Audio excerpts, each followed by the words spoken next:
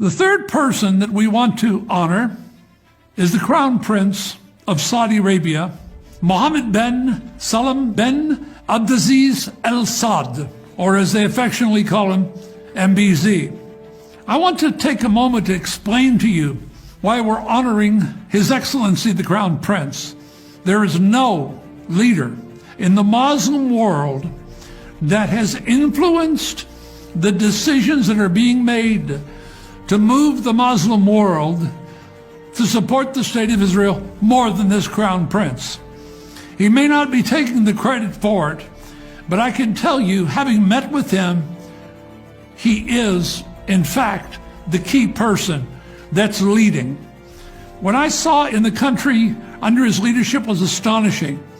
A total re-education program against anti-Semitism, including in the mosques, among the mullahs. They don't allow them to preach jihad and Jew hatred anymore. But in addition to that, I learned a lot when I was with the Crown Prince. He told me he understands Jewish people because his mother was Jewish. Well, he told me it was really his father's house director, and she was an Ethiopian Jew. He also told me his personal feelings about Israel, and he said the Palestinians have a simple solution. They need to copy Israel. They need to copy Israel.